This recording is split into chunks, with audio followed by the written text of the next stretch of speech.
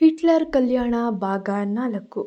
Vikram cigarette ತುಂಡನ್ನು ನೆಲಕ್ಕೆಸೆದು boot ಕಾಲಲ್ಲಿ ಒಸಕಿ ಎದ್ದು ನಿಂತ. ವಿಕ್ರಮ್ ಅಡುಗೆ ಮನೆ ಕ್ಲೀನ್ ಮಾಡೋದು, ಬಟ್ಟೆ ಒಗೆಯೋದು ಈ ಧರಣಿ ಕೆಲಸ ಅಲ್ಲ ವನಿತಾ. ಅವಳನ್ನು ನಾನೀಗ ದೊಡ್ಡ ಡಾಕ್ಟರ್ ಮಾಡ್ತಾಯಿದ್ದೀನಿ. ಹಿಂದಿನಿಂದ ಈ ಮನೆಯಲ್ಲಿ ಅವಳ ಅಪ್ಪಣೆ ಇಲ್ಲದೆ ಯಾವ ಕೆಲಸದವಳು ಕೂಡ ಒಂದು ಕಸದ ಕಡ್ಡಿಯನ್ನು ಕೂಡ ಮುಟ್ಟುವಂತಿಲ್ಲ. ನೀವಿಬ್ಬರು ದೊಡ್ಡ ಸೊಸೆಯ ಕೈ ಕೆಳಗೇನೆ ಇರಬೇಕು, ಅರ್ಥ ಆಯ್ತಾ ಎಂದು ರಗಡ್ಡಾಗಿನೇ ಆನ್ಸರ್ ಮಾಡ್ತಾನೆ, ಗರ್ಜಿಸ್ತಾನೆ ವಿಕ್ರಮ್ ಧರಣಿಯ ಪರವಾಗಿ ಇಷ್ಟೊಂದು ಕಠೋರವಾಗಿ ಮಾತಾಡ್ತಿದ್ದನ್ನು ಕೇಳಿ ಅನಿತಾ ಮತ್ತು ವನಿತಾಳ ಮುಖಕ್ಕೆ ಬಾರಿಸ್ದಂಗಾಯಿತು. ಧರಣಿಗೆ ತನ್ನ ಗಂಡ ತನ್ನನ್ನು ಎಷ್ಟು ಪ್ರೀತಿಸ್ತಾನೆ ಅಂತ ಒಳಗೊಳಗೆ ಸಂತೋಷ ಆಯಿತು. ಆದರೆ ಅವಳಿಗೆ ಗೊತ್ತಿರಲಿಲ್ಲ, ಇದು ಆ ಸೈಕೋ ತನಗಾಗಿ ರೆಡಿ ಮಾಡ್ಕೊಂಡಿರುವಂತಹ ಬೆಡ್ರೂಮ್ ಶಿಕ್ಷೆಯ ಮೊದಲ ಮುನ್ನುಡಿ ಅಂತ. ರಾತ್ರಿ 9 ಗಂಟೆ ಆಗ್ತಿದ್ದಂಗೆ ವಿಕ್ರಮ್ ಧರಣಿಯ ಕೈ ಹಿಡಿದು ಬಲವಂತವಾಗಿ ರೂಮಿನ ಒಳಗಡೆ ಎಳೆದುಕೊಂಡು ಹೋಗಿ ದಡಾರನೆ ಬಾಗಿಲನ್ನು ಲಾಕ್ ಮಾಡಿಕೊಂಡ. ಬಾಗಿಲು ಲಾಕ್ ಆಗ್ತಿದ್ದಂಗೆ ವಿಕ್ರಮ್ನ ಮುಖದಲ್ಲಿದ್ದ ಆ ನಗು ಮಾಯವಾಗಿ ರೌದ್ರಾವತಾರ ಹೊರಬಂತು. ಅವನು ಧರಣಿಯನ್ನು ಜೋರಾಗಿ ಗೋಡೆಗೆ ತಳ್ಳಿಬಿಟ್ಟ. ಅವಳ ಎರಡೂ ಕೈಗಳನ್ನು ಬಿಗಿಯಾಗಿ ಹಿಡಿದು ಲಾಕ್ ಮಾಡ್ತಾನೆ. ಧರಣಿ ಇಷ್ಟೊತ್ತುವರೆಗೆ ತುಂಬ ಖುಷಿಯಲ್ಲಿದ್ದವಳು ಭಯದಿಂದ ತಲ್ಲಣಿಸಿ ಹೋದ್ಲು. ವಿಕ್ರಮ್, ಏನಂದೆ ಧರಣಿ? ಕಾಲೇಜಿನ ಮೊದಲ ದಿನ ತುಂಬ ಚೆನ್ನಾಗಿತ್ತಾ? ಆ ಲೈಬ್ರರಿಯ ಮೆಟ್ಟಲುಗಳ ಮೇಲೆ ನಿನ್ನ ಮುಂದೆ ನಿಂತು ಹಲ್ಲು ಕಿರಿತಿದ್ನಲ್ಲ, ಆ ರೇವ್ ಸ್ಟೂಡೆಂಟ್ ಯಾರು ಎಂದು ಹಲ್ಲು ಕಚ್ಚುತ್ತಾ ಅವಳ ಮುಖದ ಹತ್ತಿರ ಬಂದು ಕಿರಿಚಿದ್ದ. ಧರಣಿ ಮೈಯೆಲ್ಲ ನಡುಗುತ್ತಾ ಕಣ್ಣೀರನ್ನು ಹಾಕುತ್ತಾ, ಮಾವ ಅದು ಆಕಸ್ಮಿಕವಾಗಿ ಬುಕ್ಸು ಕೆಳಗೆ ಬಿದ್ವು. ನಾನು ಬರೀ ಸಾರಿ ಹೇಳಿ ನೋಟ್ಸ್ ಎತ್ಕೊಟ್ಟೆ ಅಷ್ಟೇ ಮಾವ. ದಯವಿಟ್ಟು ನನ್ನ ನಂಬಿ, ಅದನ್ನು ಬಿಟ್ಟು ಬೇರೆ ಏನೂ ಇಲ್ಲ. ವಿಕ್ರಮ್, ನಂಬೇಕಾ?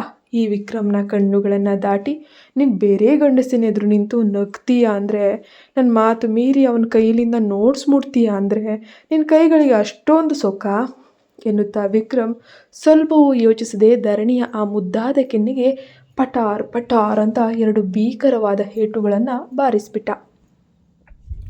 ಧರಣಿ ಕೆಳಗೆ ಬಿದ್ದು ಜೋರಾಗಿ ಅಳಲು ಶುರು ಮಾಡಿದ್ಲು. ಆದರೆ ಆ ಸೈಕೋ ಗಂಡನಿಗೆ ಅವಳ ಕಣ್ಣೀರು ಕಂಡ್ರೆ ಮತ್ತಷ್ಟು ವಿಕೃತವಾದ ಆನಂದ, ಒಂದು ಸ್ಯಾಟಿಸ್ಫ್ಯಾಕ್ಷನ್ ಸಿಗ್ತಿತ್ತು. ಅವನು ಕೆಳಗೆ ಬಿದ್ದು ಅಳುತ್ತಿದ್ದ ಧರಣಿಯನ್ನು ಎತ್ತಿ ಮಂಚದ ಮೇಲೆ ಎಸ್ದ. ಅವಳ ಇಡೀ ದೇಹವನ್ನು ತನ್ನ ಬಾಹುಬಂಧನದಲ್ಲಿ ಬಿಗಿಯಾಗಿ ಬಂಧಿಸ್ದ. ವಿಕ್ರಮ್, ನೀನು ಎಷ್ಟು ಹೊತ್ತರೂ ಎಷ್ಟು ಗೋಳಾಡಿದ್ರೂ ಈ ರಾತ್ರಿ ನನ್ನಿಂದ ತಪ್ಪಿಸ್ಕೊಳ್ಳೋಕ್ಕೆ ಸಾಧ್ಯನೇ ಇಲ್ಲ ಧರಣಿ. ನೀನು ಡಾಕ್ಟರ್ ಆದರೂ, ಕಾಲೇಜಿಗೆ ಹೋದರೂ ಹೋಗದೇ ಇದ್ದರೂ ಈ ಮಂಚದ ಮೇಲೆ ನೀನು ಕೇವಲ ನನ್ನ ಸುಖದ ಯಂತ್ರ ಮಾತ್ರ. ಇವತ್ತು ರಾತ್ರಿ ಇಡೀ ನಿನ್ನ ದೇಹದ ಪ್ರತಿಯೊಂದು ಕಣಕ್ಕೂ ನಿನ್ನ ಒಡೆಯ ಯಾರು, ಎಂಥವನು, ಅವನು ಕೊಡೋ ಶಿಕ್ಷೆ ಎಂಥದ್ದು ಅಂತ ನೆನಪು ಮಾಡಿಕೊಡ್ತೀನಿ ಎಂದು ವಿಕೃತವಾಗಿ ನಗುತ್ತಾ ಅವಳ ಮೇಲೆ ಆವರಿಸಿಕೊಂಡ.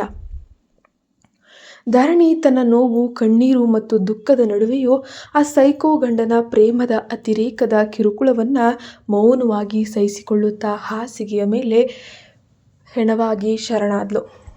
ಅವಳ ಕಣ್ಣೀರು ತಲೆದಿಂಬನ್ನು ಒದ್ದೆ ಮಾಡ್ತಿತ್ತು. ಮಾರನೇ ದಿನ ಬೆಳಗ್ಗೆ 5 ಗಂಟೆಗೆ ವಿಕ್ರಮ್ ಕಣ್ಬಿಟ್ಟು ನೋಡಿದಾಗ ಧರಣಿ ಪಕ್ಕದಲ್ಲೇ ಇರಲಿಲ್ಲ.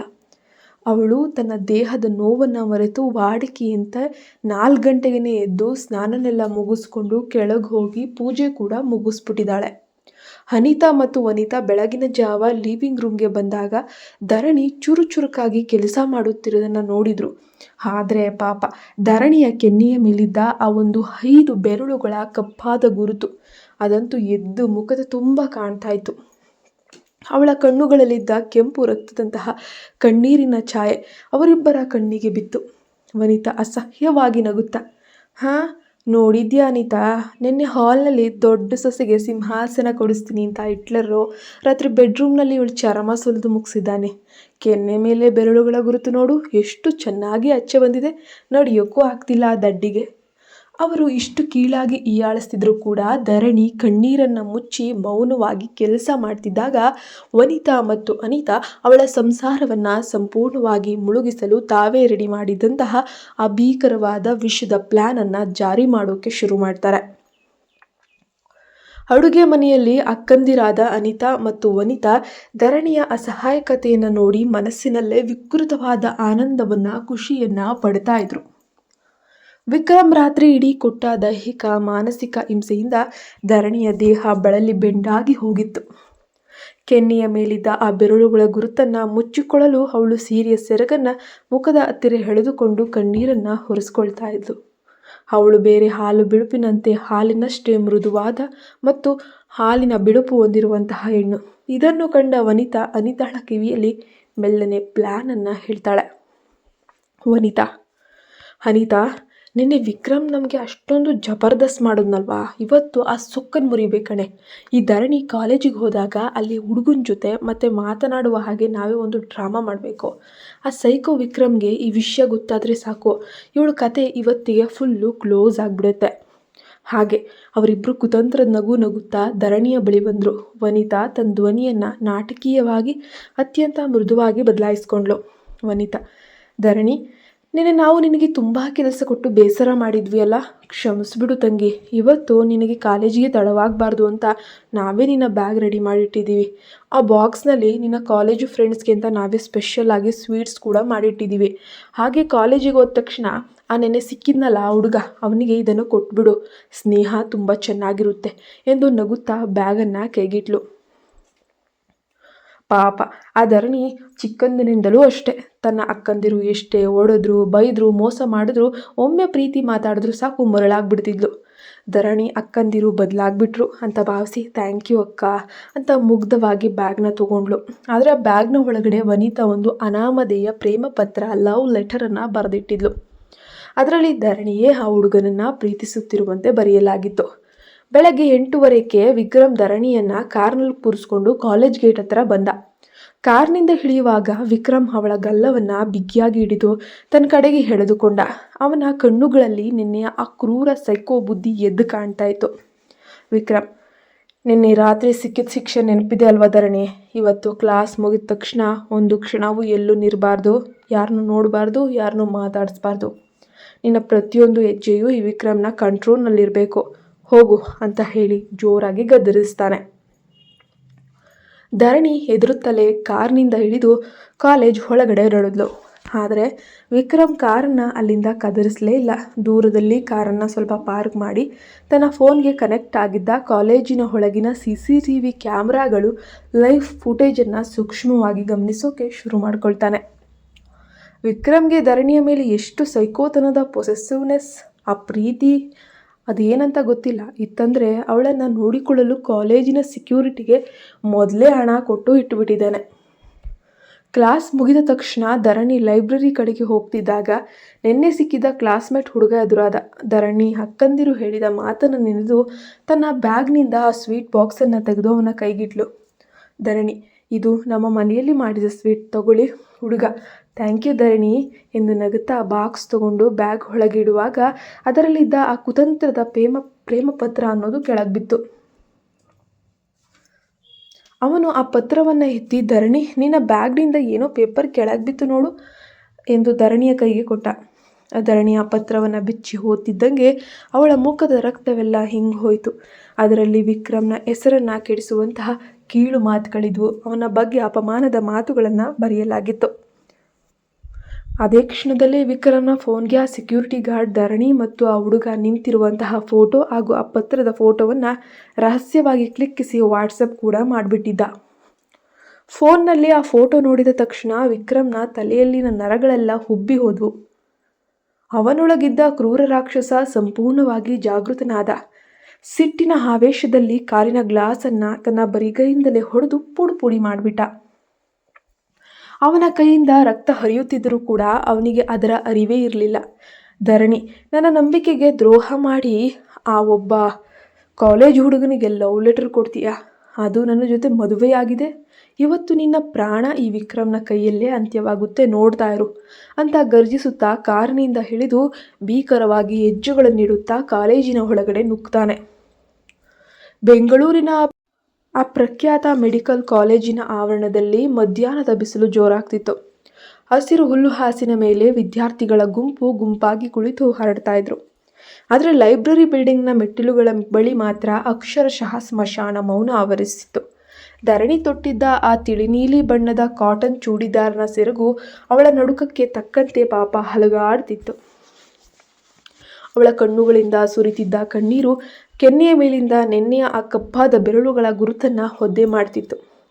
ಎದುರಿಗಿದ್ದ ಕ್ಲಾಸ್ಮೇಟ್ ಹುಡುಗ ಸಿದ್ಧಾರ್ಥ್ ತಾನು ಕೊಟ್ಟಂತಹ ಆ ಕಾಗದದ ತುಂಡನ್ನು ಧರಣಿ ನೋಡಿ ಅಳುತ್ತಿರುವುದನ್ನು ಕಂಡು, ಏನಾಯ್ತು ಧರಣಿ, ಯಾರೋ ನಿನ್ನ ಬ್ಯಾಗ್ನಲ್ಲಿ ಇದನ್ನು ಇಟ್ಬಿಟ್ಟಿದ್ದಾರೆ ಅಂತ ಕಾಣಿಸುತ್ತೆ ಅಂತ ಹೇಳಿ ಗಾಬರಿಯಿಂದ ಕೇಳ್ತಿದ್ದ. ಅವನು ಕೂಡ ಸ್ವಲ್ಪ ಮಾತಾಡ್ತಿರೋ ಥರ ದೂರದಿಂದ ಕಂಡು ಬಂತು. ಆದರೆ ಧರಣಿಯ ಕಿವಿಗಳಿಗೆ ಆ ಯಾವುದೇ ಮಾತುಗಳು ಕೂಡ ಬೀಳ್ತಾ ಇರಲಿಲ್ಲ. ಅವಳು ಟೆನ್ಷನ್ನಲ್ಲಿದ್ಲು. ಅವಳ ಕಣ್ಣುಗಳು ಕಾಲೇಜಿನ ಮೇನ್ ಗೇಟ್ ಕಡೆಗೆ ನೆಟ್ಟಿದ್ವು. ವಿಕ್ರಮ್ನ ಕಪ್ಪು ಬಣ್ಣದ SUV ಕಾರು ಭೀಕರವಾದ ಟೈರ್ ಶಬ್ದದೊಂದಿಗೆ ಬಂದು ನಿಲ್ಲುತ್ತೆ. ಕಾರ್ನಿಂದ ಇಳಿದ ವಿಕ್ರಮ್ನ ಅವತಾರ ನೋಡಿದವರು ಒಂದು ಕ್ಷಣ ಉಸಿರು ಬಿಡಲು ಮರೆತರು. ವಿಕ್ರಮ್ ಬಿಳಿ ಬಣ್ಣದ ಬ್ರ್ಯಾಂಡೆಡ್ ಶರ್ಟ್ ಧರಿಸಿದ್ದ. ಆದರೆ ಅವನ ಬಲಗೈ ಪೂರ್ತಿ ರಕ್ತಸಿಕ್ತವಾಗಿತ್ತು. ಸಿಟ್ಟಿನ ಆವೇಶದಲ್ಲಿ ಕಾರಿನ ಗಾಜನ್ನು ಬರಿಗೈಯಿಂದ ಹೊಡೆದು ಪುಡಿ ಪುಡಿ ಮಾಡಿದ್ರಿಂದ ಗಾಜಿನ ಸಣ್ಣ ಸಣ್ಣ ಚೂರುಗಳು ಅವನ ಚರ್ಮದೊಳಗೆ ನುಗ್ಗಿದ್ವು. ಕೈಯಿಂದ ಹನಿ ಹನಿಯಾಗಿ ಕೆಂಪು ರಕ್ತ ನೆಲದ ಮೇಲೆ ಬೀಳ್ತಾ ಇದ್ರೂ ಕೂಡ ಅವನ ಮುಖದಲ್ಲಿ ನೋವಿನ ಒಂದು ಗೆರೆಯೂ ಇರಲಿಲ್ಲ. ಅವನ ಕಣ್ಣುಗಳಲ್ಲಿ ಕೇವಲ ವಿಕೃತ ಕ್ರೌರ್ಯ ತುಂಬಿತ್ತು. ಶಾರ್ಟ್ನ ತೋಳುಗಳನ್ನು ಮಡಚುತ್ತಾ ಸಿಂಹದಂತೆ ಭೀಕರ ಹೆಜ್ಜೆಗಳನ್ನಿಡುತ್ತಾ ಅವನು ಮೆಟ್ಟಿಲುಗಳ ಕಡೆಗೆ ಬಂದ. ವಿಕ್ರಮ್, ಧರಣಿ, ಅವನ ಆ ಸೈಕೋ ಗರ್ಜನಿಗೆ ಇಡೀ ಕಾಲೇಜಿನ ವಿದ್ಯಾರ್ಥಿಗಳು ಬೆಚ್ಚಿಬಿದ್ರು. ಸಿದ್ಧಾರ್ಥ್ ಎದರಿ 2 ಹೆಜ್ಜೆ ಹಿಂದೆ ಸರಿದ. ವಿಕ್ರಮ್ ನೇರವಾಗಿ ಧರಣಿ ಹತ್ತಿರ ಬಂದು ಅವಳ ಆ ಕಪ್ಪಾದ ಕಣ್ಣುಗಳನ್ನೇ ದಿಟ್ಟಿಸಿ ಅವಳ ಕುತ್ತಿಗೆಯನ್ನು ಹಿಡಿಯಲು ತನ್ನ ರಕ್ತಸಿಕ್ತ ಬಲಗೈಯನ್ನು ಚಾಚಿದ. ಆ ಕೈಯಿಂದ ಹೊರಟ ರಕ್ತದ ವಾಸನೆ ಧರಣಿಯ ಮೂಗಿಗೆ ಬಡಿದಿತ್ತು. ಅವಳು ಕಣ್ಣು ಮುಚ್ಚಿ ಕಿರುಚುತ್ತಾ ತನ್ನ ಕೈಯಲ್ಲಿದ್ದ ಅನಾಮಧೇಯ ಪ್ರೇಮ ಪತ್ರವನ್ನು ವಿಕ್ರಮ್ನ ಕೈಗೆ ಇಟ್ಟಿದ್ಲು. ಧರಣಿ, ಮಾವ, ನನ್ನನ್ನು ಕೊಲ್ಲುವುದಾದರೆ ಇಲ್ಲೇ ಕೊಂದುಬಿಡಿ. ಆದರೆ ನಾನು ನಿಮಗಾಗಲಿ, ನಿಮ್ಮ ಹೆಸರಿಗಾಗಲಿ, ಈ ತಾಲಿಗಾಗಲಿ ಯಾವತ್ತೂ ಕೂಡ ದ್ರೋಹ ಮಾಡಿಲ್ಲ. ನನ್ನ ಬ್ಯಾಗ್ನಲ್ಲಿದ್ದ ಈ ಪತ್ರವನ್ನು ಒಮ್ಮೆ ನೋಡಿ ಮಾವ, ದಯವಿಟ್ಟು ಅಂತ ಜೋರಾಗಿ ಹೇಳುತ್ತಾ ಅವನ ಕಾಲಿಗೆ ಬೀಳುವಂತೆ ಕೆಳಗನೇ ಕೂತ್ಬಿಡ್ಲು.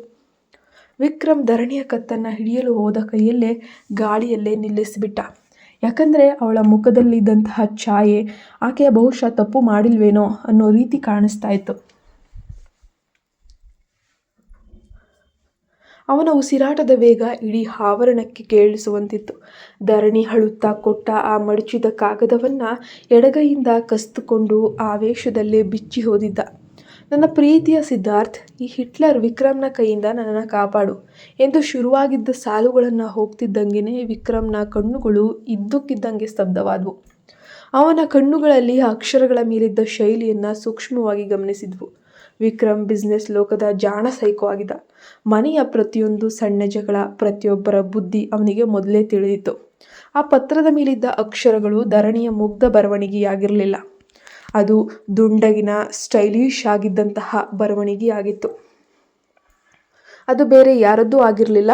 ಧರಣಿಗೆ ಬೆಳಗಿನ ಜಾವ ಸ್ವೀಟ್ ಬಾಕ್ಸ್ ಕೊಟ್ಟಂತಹ ನಾಟಕ ಆಡಿದ್ದ ಅವನ ಸ್ವಂತ ದೊಡ್ಡಕ್ಕ ವನಿತಾಳ ಕೈ ಬರಹವಾಗಿತ್ತು. ವನಿತಾಳ ಆಫೀಸ್ ಫೈಲುಗಳು ಮೇಲೆ ಸಹಿ ನೋಡಿ ವಿಕ್ರಮ್ಗೆ ಆ ಹ್ಯಾಂಡ್ ರೈಟಿಂಗ್ ಅಚ್ಚಳಿಯದಂತೆ ನೆನಪುಳಿದಿತ್ತು.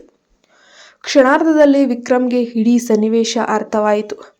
ತನ್ನ ಮುಗ್ಧ ಹೆಂಡತಿಯನ್ನು ಕಾಲೇಜಿಗೆ ಕಳಿಸಿ ಅವಳ ಒಂದು ಸಂಸಾರದಲ್ಲಿ ವಿಷ ಹಾಕಲು ತನ್ನ ಅಕ್ಕಂದಿರೇ ಈ ಭೀಕರ ಸಂಚನ್ನು ಹೂಡಿದ್ದಾರೆ ಅನ್ನೋದು ಅವನ ಬಿಸ್ನೆಸ್ ತಲೆಗೆ ಹೊಳೆದಿತ್ತು. ಪಾಪ, ತನ್ನ ಅಕ್ಕಂದಿರ ಮೇಲೆ ಅಪವಾದವನ್ನು ಹೊರಿಸಲಾರದೆ ಆಕೆ ಮೌನವಾಗಿ ಕುಳಿತುಬಿಟ್ಲು. ಅವನ ಸಿಟ್ಟು ಧರಣಿಯ ಮೇಲಿಂದ ಕರಗಿ ತನ್ನ ಅಕ್ಕಂದಿರ ಮೇಲೆ 1000 ಪಟ್ಟು ಜ್ವಾಲಾಮುಖಿಯಾಗಿ ಸ್ಫೋಟಿಸಿತು. ವಿಕ್ರಮ್ ಆ ಪತ್ರವನ್ನು ಬಿಗಿಯಾಗಿ ಮುಷ್ಟಿಯಲ್ಲಿ ಹಿಡಿದುಕೊಂಡ. ಕೆಳಗೆ ಬಿದ್ದು ಅಳುತ್ತಿದ್ದ ಧರಣಿಯ ಕೈಯನ್ನು ತನ್ನ ರಕ್ತಸಿಕ್ತ ಕೈಯಿಂದಲೇ ಗಟ್ಟಿಯಾಗಿ ಎತ್ತಿ ಹಿಡಿದ. ವಿಕ್ರಮ್, ನಡಿ ಮನೆಗೆ ಎಂದು ಕಠೋರ ಧ್ವನಿಯಲ್ಲಿ ಹೇಳಿ ಸುತ್ತಲೂ ನೋಡ್ತಿದ್ದಂತಹ ಇಡೀ ಕಾಲೇಜು ಪ್ರೇಕ್ಷಕರ ಎದುರೇ ಅವಳನ್ನು ದರದರನೆ ಎಳೆದುಕೊಂಡು ಕಾರಿನ ಕಡೆಗೆ ನಡೆದ. ಧರಣಿ ಏನು ತಿಳಿಯದೆ ಭಯ ಮತ್ತು ಅಸಹಾಯಕತೆಯಿಂದ ಅವನ ಜೊತೆ ಹೆಜ್ಜೆ ಹಾಕಿದ್ಲು. ಕಾಲೇಜಿನ ಆವರಣದಿಂದ ಧರಣಿಯನ್ನು ದರದರನೆ ಎಳೆದುಕೊಂಡು ಬಂದಿರುವಂತಹ ವಿಕ್ರಮ್ ಅವಳನ್ನು ಕಾರಿನ ಫ್ರಂಟ್ ಸೀಟಿಗೆ ಬಲವಂತವಾಗಿ ತಳ್ಳಿ ಕೂರಿಸ್ತಾನೆ. ಹಾಗೆ ಅಷ್ಟೊಂದು ಕಾಸ್ಟ್ಲಿ ಕಾರಿನ ಬಾಗಿಲನ್ನು ಭೀಕರ ಶಬ್ದದೊಂದಿಗೆ ದಬಾರ್ ಅಂತ ಮುಚ್ತಾನೆ. ಧರಣಿಯ ಇಡೀ ದೇಹ ಒಂದು ಕ್ಷಣ ನಡುಗು ಹೋಗುತ್ತೆ. ವಿಕ್ರಮ್ ಸುತ್ತಲೂ ನೋಡ್ತಿದ್ದ ವಿದ್ಯಾರ್ಥಿಗಳಿಗೆ ತನ್ನ ಕೆಂಪು ಕಣ್ಣುಗಳಿಂದಲೇ ಬೆದರಿಸಿ ಕಾರಿನ ಡ್ರೈವಿಂಗ್ ಸೀಟ್ ಹತ್ತಿ ಕುಳಿತುಕೊಳ್ತಾನೆ. ಕಾರಿನ ಇಂಜಿನ್ ಭೀಕರ ಸೌಂಡ್ನೊಂದಿಗೆ ಸ್ಟಾರ್ಟ್ ಆಗುತ್ತೆ. ವಿಕ್ರಮ್ ಎಕ್ಸಲೇಟರನ್ನು ಮೇಲೆ ಕಾಲಿಡ್ತಿದ್ದಂಗೆ ಕಾರು 100ರ ಸ್ಪೀಡ್ನಲ್ಲಿ ರಸ್ತೆಗೆ ನುಗ್ಗುತ್ತೆ. ಕಾರಿನ ಒಳಗಡೆ ಅಕ್ಷರಶಃ ಉಸಿರುಗಟ್ಟುವ ವಾತಾವರಣವಿತ್ತು. ಅವನಿಯಂತ್ರಣದ AC ತಣ್ಣನೆಯ ಗಾಳಿ ಬೀಸ್ತಾ ಇದ್ರೂ ಕೂಡ ಧರಣಿಯ ಮೈಯೆಲ್ಲ ಸಿಟ್ಟಿನ ಮತ್ತು ಭಯದ ಬೇಗೆಯಿಂದ ಬೆವರುತ್ತಾ ಇತ್ತು. ತನ್ನ ಗಂಡ ಏನು ಮಾಡಬಹುದು ಅನ್ನೋ ಅಂದಾಜು ಕೂಡ ಅವಳಿಗೆ ಇರಲಿಲ್ಲ.